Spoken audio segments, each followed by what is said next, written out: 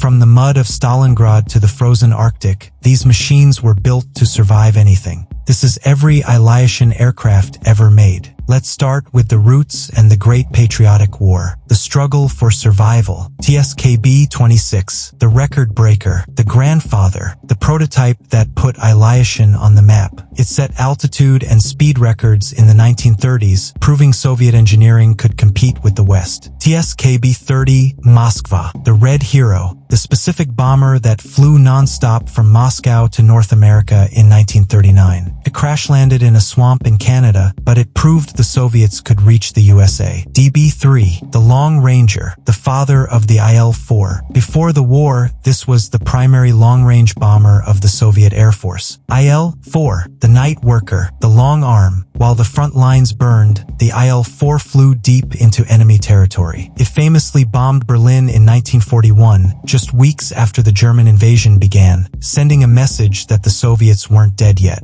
Il-2 Shturmovik, the flying tank, the legend, the most produced military aircraft in history. Stalin said the Red Army needed it like air and bread. Heavily armored and flying low, it was a blunt instrument designed to destroy German panzers. Il-1, the fighter attempt, the identity crisis. In 1944, Ilyushin tried to build a fighter. It was heavily armored and fast, but the Yak-3 and La-7 were already winning the war, so it was scrapped. Il-8, the heavyweight, the rejected brother, an attempt to upgrade the Il-2 by making it bigger and carrying more bombs. It worked, but the Air Force decided speed mattered more than payload. Il-10, the beast evolved, the refinement. By late war, the Il-2 was getting slow. The Il-10 was cleaner, faster, and deadlier. It arrived just in time to crush the final German defenses and went on to fight in Korea. Il-16, the lightweight, the sprinter, a stripped-down, lighter version of the Il-10. It was fast, but the engine was a nightmare and the frame was too weak for combat. Il-32, the silent giant, a massive military glider. No engines, just wings and cargo space. It was designed to be towed by bombers to drop tanks behind enemy lines. Helicopters eventually made it obsolete. Next is the transition and the jet age. The awkward teenage years, moving from propellers to jets. Il-12, the coach, the replacement. The Soviets needed to retire their license-built DC-3s. The Il-12 was the first step toward a modern civilian airliner. Il-14, the crate, the reliable one, what the Il-12 should have been. Rugged and simple, it became the standard VIP transport for Soviet leaders. It could land on ice, dirt, or grass without complaining. Il-22, 1947, the first jet, the experiment, the USSR's first original jet bomber design. It was underpowered and never saw service, but it taught Ilyushin how to build jets. Il-28, Beagle, the Soviet Canberra, the breakthrough, the USSR's first mass-produced jet bomber. Simple, rugged, and easy to export. It served in air forces from Egypt to China for decades. Il-30, the swept wing, the unstable step, a radical jet bomber prototype designed to be faster than the Il-28. It had swept wings and bicycle landing gear, but it was too dangerous to fly. Il-46, the Jet Runner, a twin-jet bomber that competed against the Il-28. It was actually quite good, but the Il-28 was simpler to build, so the Il-46 was left in the dust. Il-54, Blow Lamp, the supersonic dash, a brave attempt to build a supersonic bomber in the 1950s. It was cancelled because the Soviet leadership believed missiles made bombers obsolete.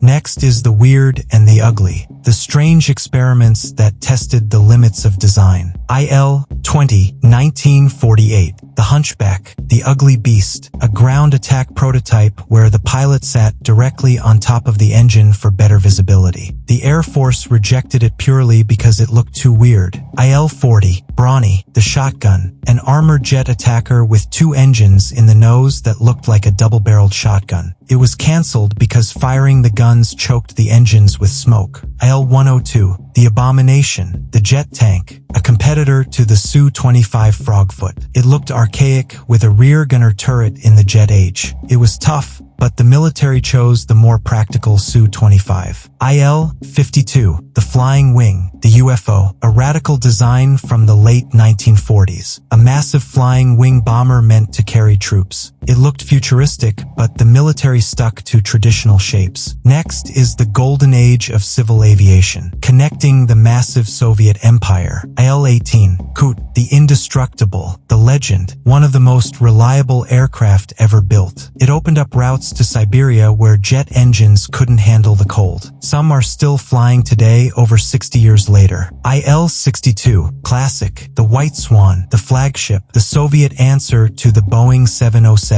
With 4 engines mounted on the tail, it was the official plane of the Kremlin and introduced the Soviets to intercontinental luxury. Il-86, Camber, the widebody, the bus, the first Soviet widebody airliner. It was designed with stairs built into the doors so it could land at airports that didn't have terminals. Il-96, the President, the unlucky heir, an advanced 4-engine widebody meant to replace the Il-86. It arrived just as the Soviet Union collapsed. Today, the Il-96-300PU serves as Vladimir Putin's Air Force One. Next is the heavy lifters and special missions. Cargo, spies, science, and lasers. Il-38, May, the Dolphin, the Sub-Hunter, based on the Il-18 airliner, but fitted with a magnetic anomaly detector tail to hunt American submarines. Il-38N, the Sea Dragon, the upgrade, the modern version with the Novella sensor suite that can track 32 targets at once, ships, subs,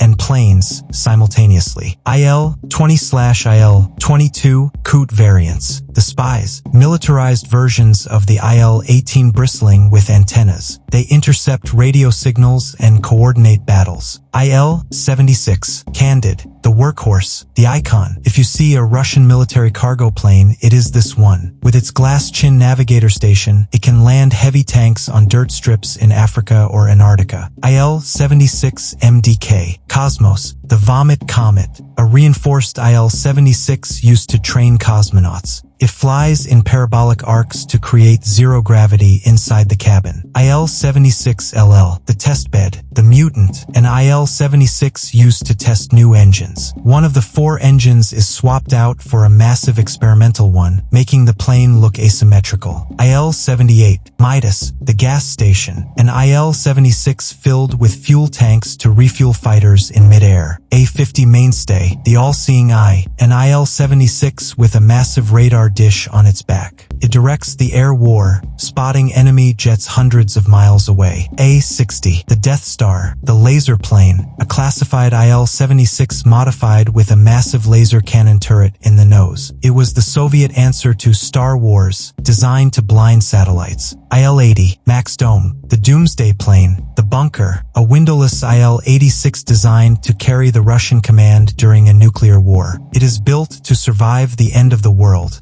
Finally, the modern era, struggling to survive sanctions and modernize. Il-103, the Teacher, a tiny, single-engine piston trainer for civilian pilots, a rare small plane from a bureau of giants. Il-114, the Regional, a modern turboprop designed to replace the aging Antonovs. It has struggled with engine reliability for decades. Il-112V, the Tragedy, a light military transport designed to replace the ancient N-26. The prototype crashed in 2021, putting the program in jeopardy. Il-212, the Pivot, the New Hope, announced in 2024 to replace the failed Il-112V. It swaps propellers for jet engines mounted on top of the wings, echoing the old Il-40 design. Il-276, the Future Lifter, a proposed medium-lift transport jet concept. A-100, Premier, the Future Eye, the modern AWACS, the replacement for the A-50 using a digital radar to track stealth fighters. Il-496, the Survivor, a modernized version of the Il-96. Since sanctions have cut off Boeing and Airbus, Russia is trying to revive this 4-engine giant to keep its airlines flying.